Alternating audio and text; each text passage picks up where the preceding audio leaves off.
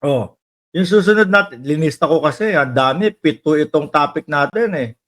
Hindi ko na makita. Oh, ang susunod, nako, yung ano po nila mga kababayan, yung santo po ng mga DDS o yung pinapaniwalaan po ng mga DDS na kanilang ano tawag doon? Na kanilang Diyos ay naboring na po sa loob ng kulungan, mga kababayan. Ayan po, naboring na po sa loob ng kulungan, mga bossing, kaya napasulat na po si Kibbs, mga boss.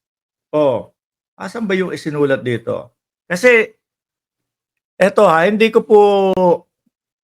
ko po binabash yung sulat ni Kibuloy, pero kapag kadikit-dikit po nahihirapan po kasi akong umintindi, mga kababayan. Sabi dito sa Presidential Tracker, look, Pastor Apollo Kibuloy penned a message to all barristers. Oh, yung mga kukuha daw po ng mga bar exam, mga bossing, eh, sumulat si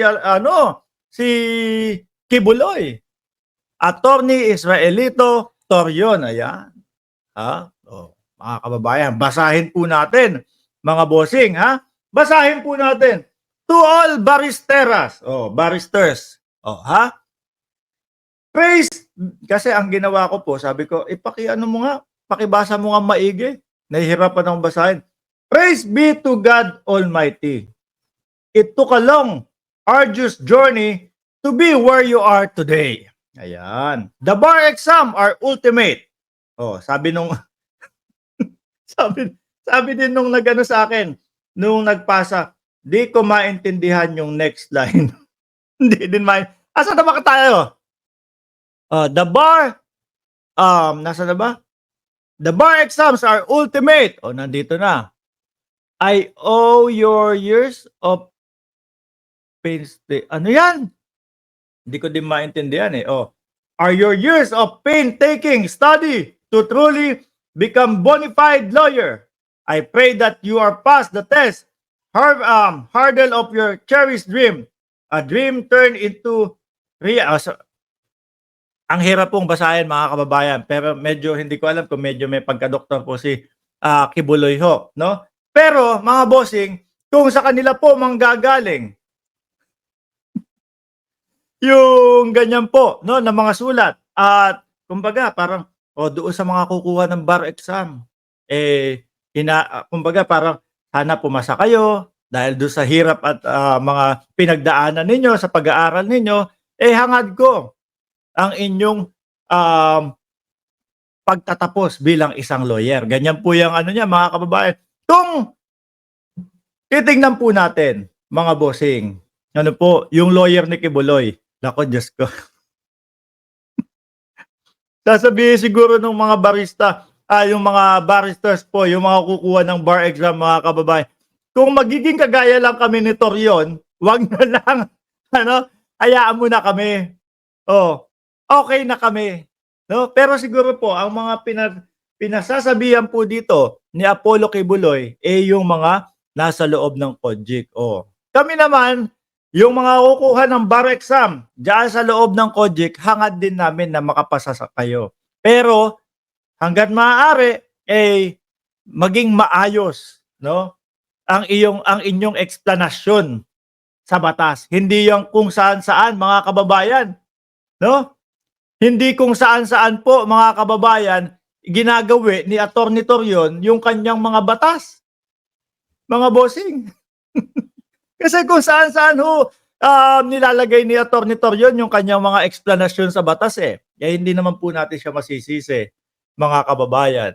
Bakit ho? Bakit ho, mga kababayan, hindi natin masisisi si Torion? Kailangan niya hong pangalagaan, mga bossing, yung sino? Si Kibuloy ho! No? Si Kibuloy, mga kababayan. Sabi nga nung iba, si Torion yata merong sariling batas na binabasa Pangkalawakan kasi yung mga eksplanasyon niya, mga kababayan. Akala ko ho, nung una, ako lang ang nakakapansin nun. Yung pala, pati po sila Attorney Claire o Attorney Claire Castro, sinasabi nila parang iba yung nito, explanation nitong si Torion, mga kababayan. Nako, kung dati ang pastime nung poon o yung Diyos nitong mga DDS na ito, magjabol. Ngayon no, mga kababayan, may pasulat-sulat na lang po, eh madaming makakakita, no? Madami kasing makakakita mga bossing. Sir Mark, bakit kasi Kojic ang tawag mo po? Palmolive po ang brand nila. Mahirap basahin kasi ang tagal-tagal. Ano? KOJC. Oh, eh ngayon palitan na natin, hindi na Kojic. KOCJ na po. Oh. Kingdom of City Jail. O, di ba? Sabi ni Attorney Torion, Mark Ramos, wag kang magsalina laban sa akin.